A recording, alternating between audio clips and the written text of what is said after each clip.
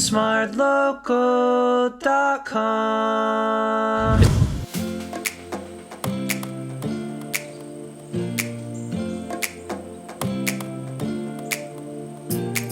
Hello everyone, I'm Xenia and we're back with another series of Instawalks with MND. Today, together with URA, we will be exploring the historic district of Chinatown. In the past, Chinatown was the home for many Chinese immigrants arriving in Singapore searching for a living.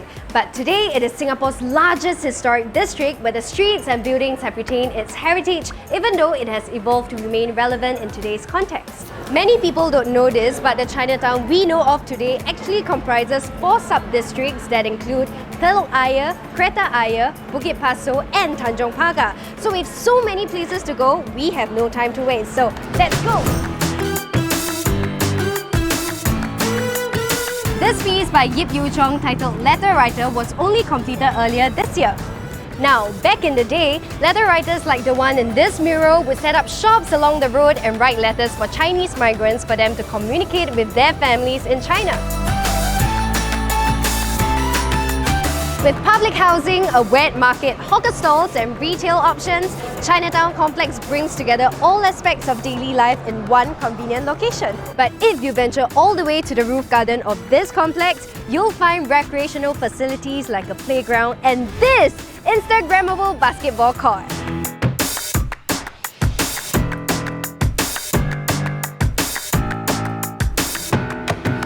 Right opposite Chinatown Complex is the Buddha Tooth Relic Temple and Museum. Built in 2007, the intricate interiors of the temple as well as the extensive exhibits in the museum tell stories of the religion of over hundreds of years.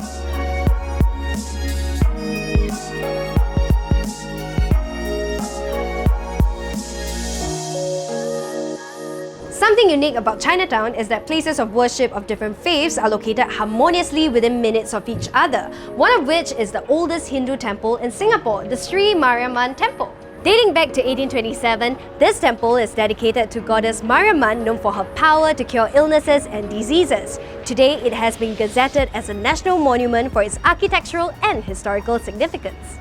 Just a quick stroll away from Sri Mariamman Temple is Germain Mosque. Built in 1826, this mosque was established by the Chulias, who are the Tamil Muslim migrants from southern India.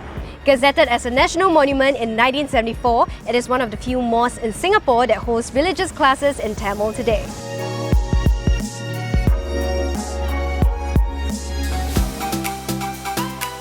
While An Siang Hill was once a predominantly Chinese migrant settlement, today it is a vibrant district where the old and the new come together. The hill is lined with shop houses that have been conserved, ensuring they are still relevant for people's use today.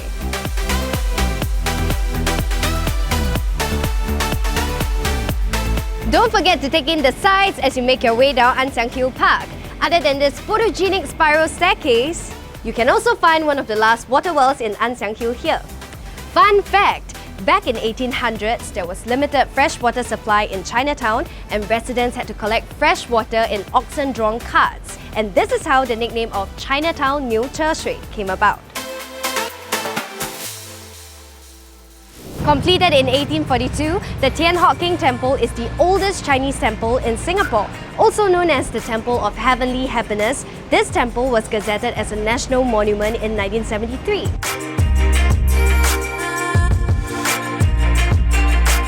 Don't just marvel at the craftsmanship of the temple's entrance, because on the rear wall of the temple compound, there is a 40-meter-long mural by Yip Yew Chong detailing the life and culture of Hokkiens in Singapore and their contribution towards Singapore's development.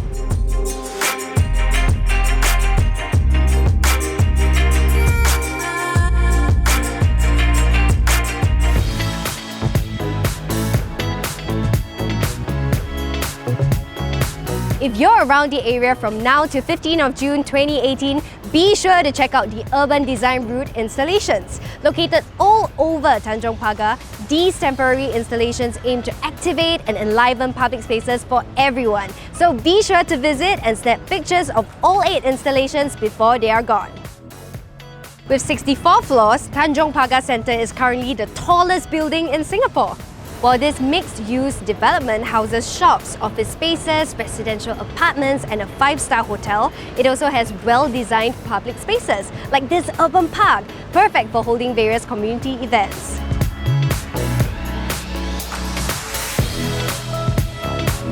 While you're here, have a go at these two beautifully restored pianos by the Homegrown movement, Play It Forward, which gives anyone the opportunity to make music.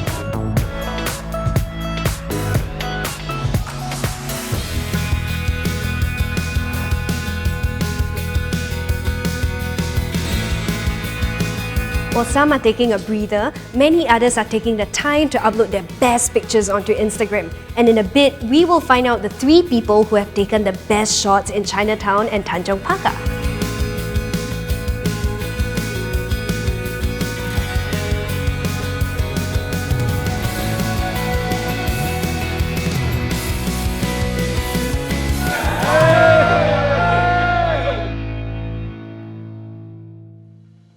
I quite liked it because as someone who works in the CBD, you don't really look around your surroundings. So for example, Telok Ayer Street, I didn't realize that that was a free clinic that there used to be there, and that they actually retained some of the old features like the medicinal drawers, or that the pillars still says that it's a Zhonghua Yiyuan. Yeah, so I like that this walk actually helped me discover parts of Singapore that I would have just overlooked on a daily basis.